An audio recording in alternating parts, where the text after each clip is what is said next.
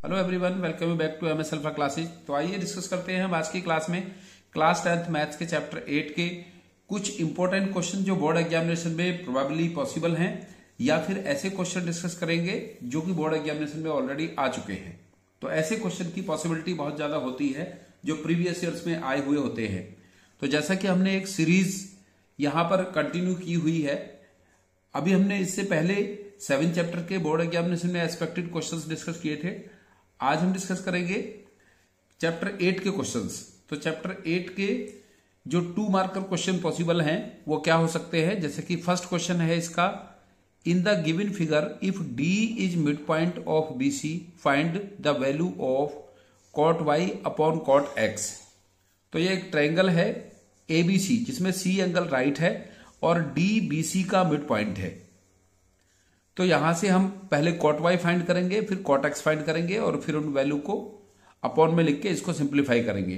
तो इस ट्रायंगल से जैसे कि हमें यहां पर क्लियर है कि जो कॉट वाई है, जो कॉट वाई एंगल है वो ट्रायंगल एबीसी का एंगल है, क्योंकि ये पूरा एंगल है बीएसी। एंड जो कॉट एक्स है, जो एक्स एंगल है, वो ट्रायंगल एसीडी का एंगल है, क्योंकि ये एंगल है DAC एक्स है और BAC वाई है। तो पहले हम कॉट एक्स फाइंड करेंगे इस ट्रायंगल से। सो इन ट्रायंगल ACD, जैसा कि आप जानते हैं कि जो ट्रिग्नोमेट्रिकल रेशियोज है उनका रिलेशन राइट एंगल ट्रायंगल से होता है। तो यहां पर इन ट्रायंगल ACD में एंगल एक्स के लिए cot y equals to y, इसमें कॉट एक्स है, इसमें कॉट y नहीं है, ये कॉट x इजकल्स टू जो ACD ट्रायंगल में x एंगल है, इसके लिए कॉट x इजकल्स टू होगा।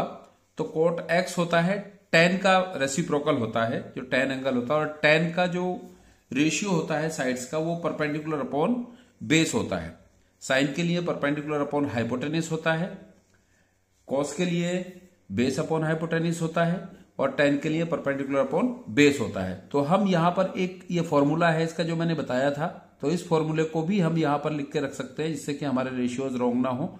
ये होता है पंडित बद्री प्रसाद हर हर भोले, हर हर भोले। तो ये परपेंडिकुलर अपॉन हाइपोटेनियस साइन के लिए होता है, base upon hypotenuse cos angle के लिए होता है, और परपेंडिकुलर अपॉन बेस tan के लिए होता है। और यहां पर हम फाइंड कर रहे हैं कॉट एक्स। तो कॉट एक्स के लिए tan का रेसिप्रोकल होता है, tan होता है परपेंडिकुलर अपॉन बेस, तो इसका रेसिप्रोकल होगा base upon perpendicular. Cot x equals to base upon perpendicular. तो कॉट एक्स एंगल के लिए एंगल की जो इंक्लूडिंग साइड होती है वो बेस होती है, उसकी एंगल की अपोजिट साइड परपेंडिकुलर होती है, और राइट एंगल की अपोजिट साइड हमेशा हाइपोटेनिस होती है।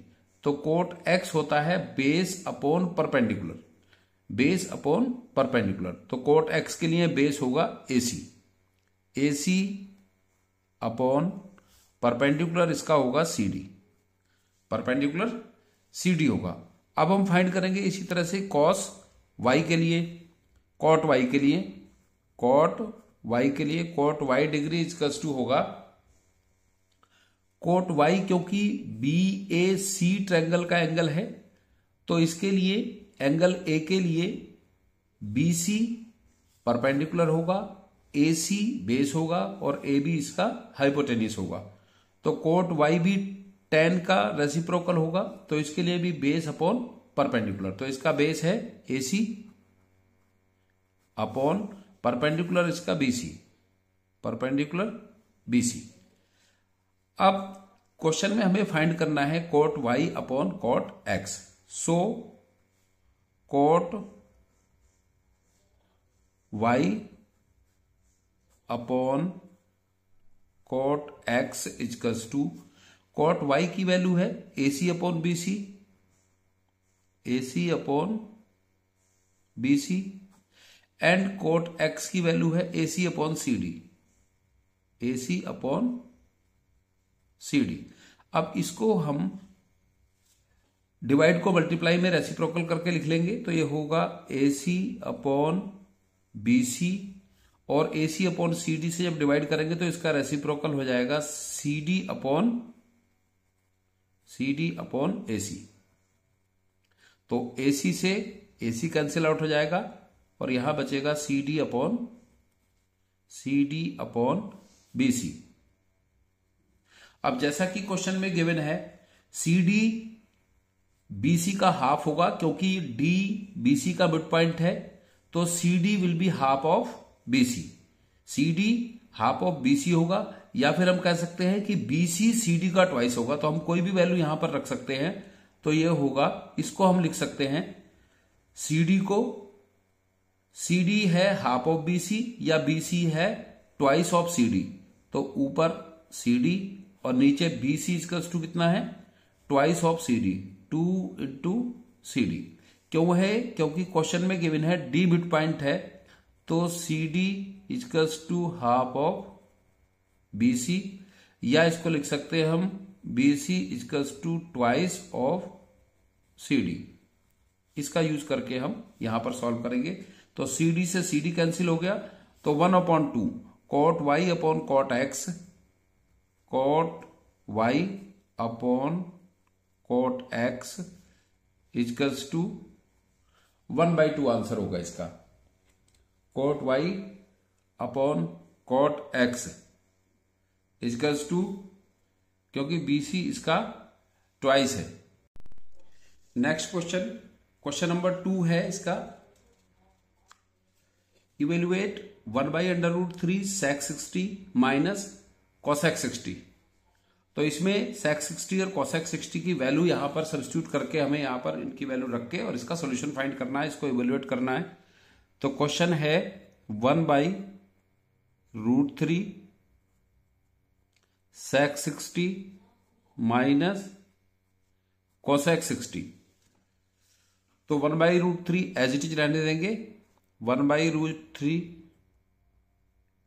इंटू sec 60, जो cos 60 की वैल्यू होती है, cos 60 की वैल्यू होती है जो sin 30 की वैल्यू होती है। sin 30 की वैल्यू होती है 1/2, तो cos 60 की वैल्यू भी 1/2 होगी, और sec 60 की वैल्यू होगी 1/2 का रेसिप्रोकल, तो ये होगी 2/1 माइनस cosec 60 जो sin 60 की वैल्यू होती है उसका रेसिप्रोकल, sin 60 की वैल्यू होती है √3/2, तो cosec 60 की होगी 2/√3। अब ये होगा 1 इंटू 2 अपॉन √3 इंटू 1, तो 2/√3 माइनस 2/√3, तो 2/√3 माइनस 2/√3, इसकी वैल्यू कितनी आएगी, यहां पर 0 आ जाएगी, क्यों, इससे ये कैंसिल आउट हो जाएगा और इसकी वैल्यू आएगी 0। तो इसका आंसर ये होगा। 2 मार्क्स में ऐसे ही क्वेश्चन आपको आने वाले हैं जो स्मॉल आंसर टाइप क्वेश्चंस होंगे। फिर इसके बाद नेक्स्ट क्वेश्चन है क्वेश्चन नंबर 3, जो कि 2011 में आया है। ये प्रीवियस क्वेश्चंस भी इसके, जैसे कि सेकंड क्वेश्चन 2015 में आया है, एंड जो फर्स्ट क्वेश्चन हमने डिस्कस किया है अभी, ये 2011 एंड 2016 2 इयर्स में आया है। तो इंपॉर्टेंट क्वेश्चंस हैं सभी। अब इसके बाद क्वेश्चन नंबर 3 है, if cos 3 theta equals to √3/2 where theta lies between 0 and 20, theta की वैल्यू 0 और 20 के बीच में लाई करती है, then find the value of theta. cos 3 theta equals to √3/2। तो cos में √3/2 किसकी वैल्यू होती है, cos में √3/2 वैल्यू होती है cos 30 की, जो sin 30 का रेसिप्रोकल होता है। cos में cos 30 की वैल्यू √3/2 होती है, sin 60 की वैल्यू √3/2 होती है। जैसा कि हमने इसके इंट्रोडक्शन में भी बताया है कि ये जो वैल्यू होती है साइन की, इनको फ्लिप करने से cos की वैल्यू मिल जाती है, और tan की वैल्यू sin अपॉन cos करके हम फाइंड कर लेते हैं। तो हमें ओनली इनकी वैल्यू याद होनी चाहिए, इससे हम सारी वैल्यूज फाइंड कर सकते हैं। तो cos √3/2 वैल्यू होती है cos 30 की, तो हम इसको लिख सकते हैं cos 3 theta equals to cos 30। अब क्योंकि ये इधर cos 3 थीटा है इक्वल्स टू cos 30 है, ये 3 थीटा है, ये 30 है, तो दोनों कंपेयर करने पर cos से cos कैंसिल आउट हो जाएगा, तो यहां रहेगा फिर 3 थीटा इक्वल्स टू 30 डिग्री। और जब हम थीटा फाइंड करेंगे यहां से, तो थीटा इक्वल्स टू होगा 30 डिग्री अपॉन ये 3 आ जाएगा इसके डिवाइड में, 3 10 जा 30, तो थीटा की वैल्यू होगी यहां से, so theta equals to 10 degree. और ये जस्टिफिकेशन भी हो गया कि थीटा की वैल्यू जो है ये 0 और 20 के बीच में लाई करती है। तो आई होप आपको ये तीनों क्वेश्चंस क्लियर हो गए होंगे।